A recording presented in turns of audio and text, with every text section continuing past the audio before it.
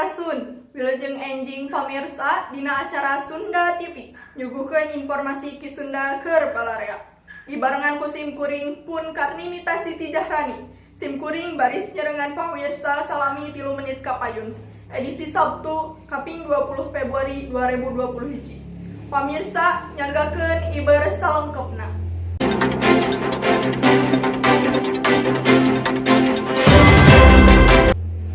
Dinosaurus, salah sahiji tempat pintonan dinosaurus di Bekasi.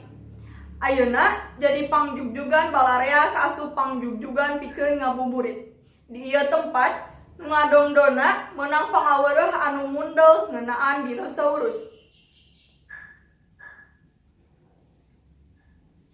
Pikareseupeun kitu pisan wahana dinosaurus di hiji mall di Bekasi teh. Teu kudu heran mun eta pintonan teu weleh haneuteun ku nu lalajo. Utamana barudak bari diaping ku kolot-kolotna. Pintonan dinosaurus teh nyaeta pintonan ngeunaan dinosaurus sato purba nu geus musna ti alam dunia.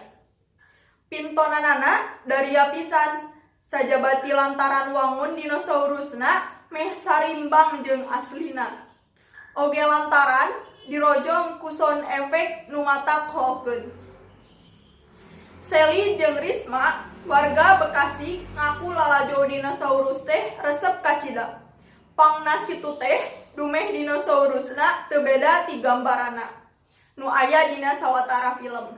Antara bisa seuri, baeud, bungah, sedih, jeung sajabana. Eta sababna mun aya waktu manehna sok ngahaja lalajo bari sakalian ngabuburit. Mun taya harungan mah eta pintonan teh bakal aya di Bekasi tepi ka tanggal 15 Juli nu bakal datang.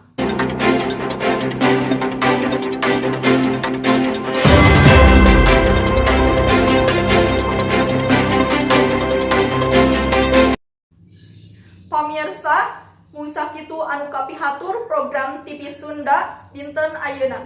Sim kuring pun Karnimita Siti Jahrani amit mundur. Wassalamualaikum warahmatullahi wabarakatuh. Hurip Sunda.